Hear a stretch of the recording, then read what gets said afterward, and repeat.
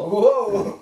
Hey, people. everybody! We are back for another episode of Trenny and C. Another Thursday night review. Thanks for choosing us on Thursday night. Yes, thanks to all of our subscribers for continuing the journey with us. For coming back for more. Our whiskey researchers. Whiskey researchers. We had to do a little bit of whiskey research for this one, actually. You know what? There was so much research on this. When we started digging into... Yeah, sure. Yeah. Show it off. E.H. Taylor. Colonel The Colonel. E.H. Taylor Jr. When we started digging into the history on this thing, it's like a who's who of bourbon once you get involved there. Yeah. Stagg Jr.'s in there. Yep. Mr. Barton or Mr. Blanton. Blanton's Mr. in there. Blanton's in Elmer there. T. Lee's in there.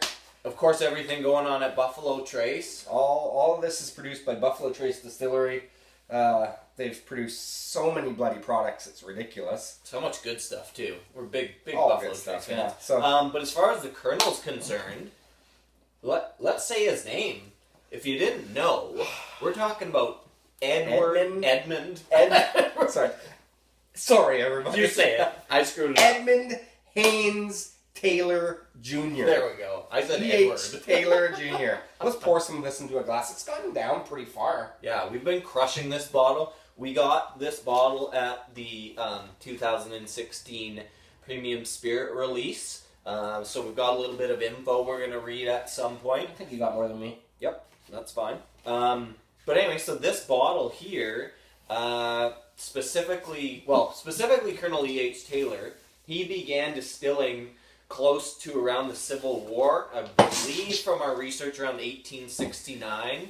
He purchased the OFC distillery, which we're going to explain all those acronyms. We already told you who EH was. The OFC is? Old Fire Copper Distillery. Old Fire Copper Distillery. Cool. They actually still age this product in the old, centuries-old warehouses. Oh, cool. Yeah. Yeah. So, just going down the line to talk a little bit about how this works. As far as I understand, Sazerac owns Buffalo Trace. Sorry, I'm not on my phone. I'm trying to do something here that's important, but... No, you're on your phone. I'm just not getting a connection. Perfect. We had that problem with the Scotch companies. Yeah.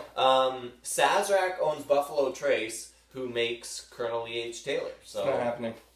I'll just keep going. Okay, keep going. Sorry. Fucking around over here. Whatever. They also recently unearthed what they're calling the Bourbon Pompeii. Wow. At Buffalo Trace because of the ancient ruins of the OFC distillery where Colonel E.H. Taylor was making his juice. So a bunch of people died at this distillery? Not exactly the same as Pompeii. Okay. Just more that it's ruins. Right. I'm supposed to be the dumb one. All right. Okay. We'll be back. We'll be back after this. Yes. Stick around.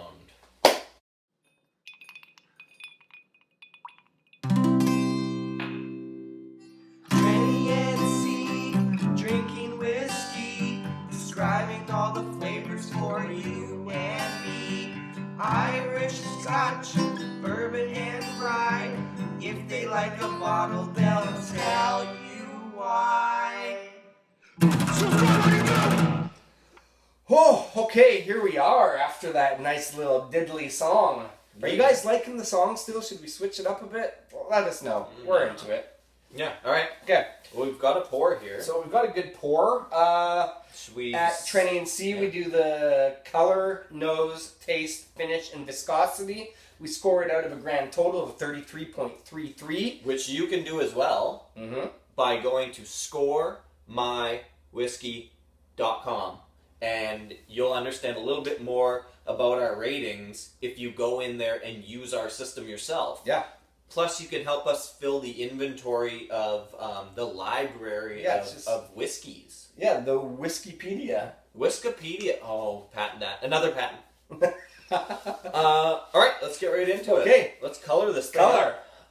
This is nice, kind of a dark copper kind of thing going on there. I made up a word. Okay.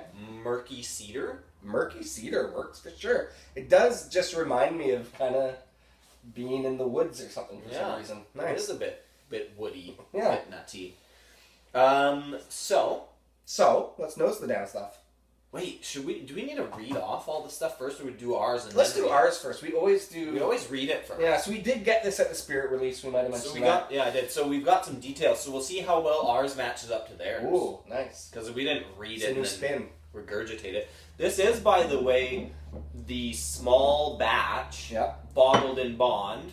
We're not going to go. Alcohol. We're not going to go into all the details of bottled in bond because it's fairly technical. We've got another video where we talk about that. But it does require it to be 50% alcohol amongst other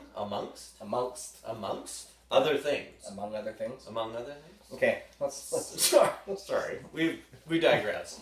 People aren't here for grammar lessons. They're not going to get it. Okay. Okay, so nose. The nose. That's nice. It is.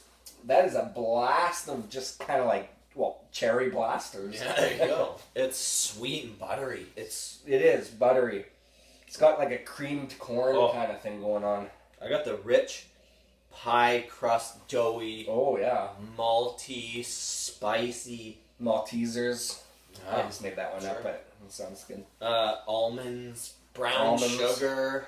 Oh, The oak influence in it isn't overwhelming in the sense that it's got that glue thing, but it's buttery. it's a soft 50%. That's for It sure. really is, yeah. It's a soft. absolutely. It's a lovely nose, There's a little bit of this clove kind of spice in there too. but it is on the. Cinnamon bark. You already mentioned it, but it is on the cherry side. Yeah.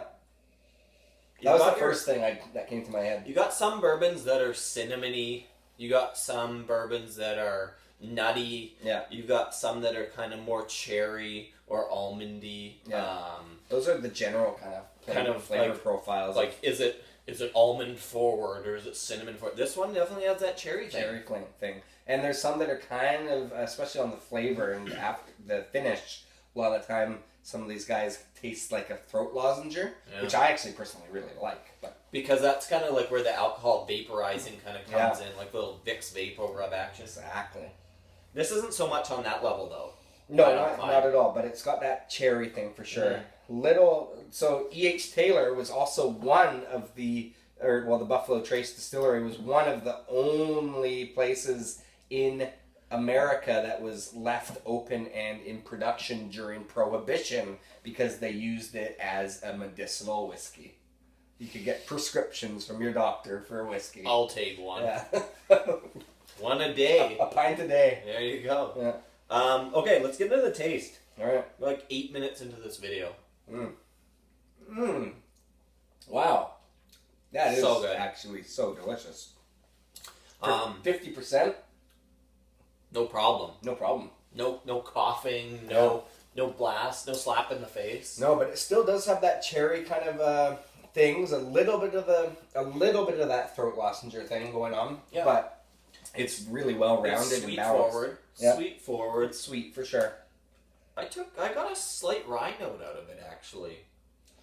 That's there. A little For bit sure. of a rye note. It's sweet. You mentioned that the cherry thing comes through from the nose into the palate there. Yeah. Little bit of alcohol tingle there. A little warm. 50%.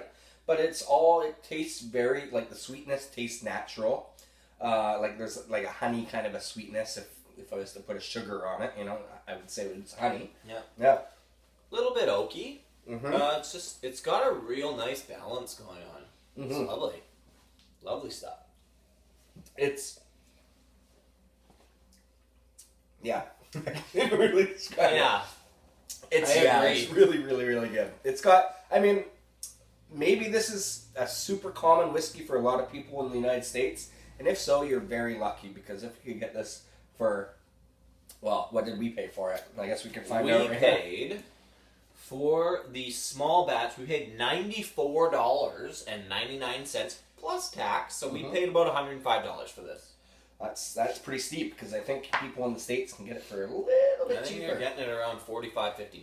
Yeah. About half of that. Yeah. The finish on this thing, mild, swift, sweet, a bit oaky. It is. It's. I think the oak tends to generally, especially on actually all whiskeys, that's where it comes into the finish, because it has that drying sensation.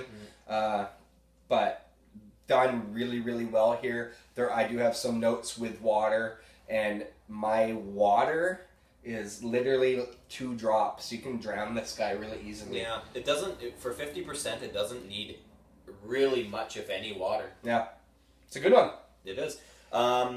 Viscosity, I got that it's creamy. It's creamy. It's got some nice legs on the glass. Yeah. It sticks, it sticks to the palate. It's a nice one for sure. So let's read what they said. Sure. Go for it. They meaning the spirit release people, Yeah. who are probably going to say similar things, but much in a much smarter, more descriptive fashion. Right.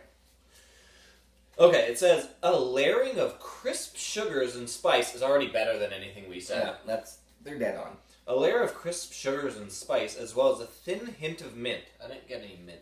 No. Maybe. The natural vanillas are out in force. Pretty perfect weight.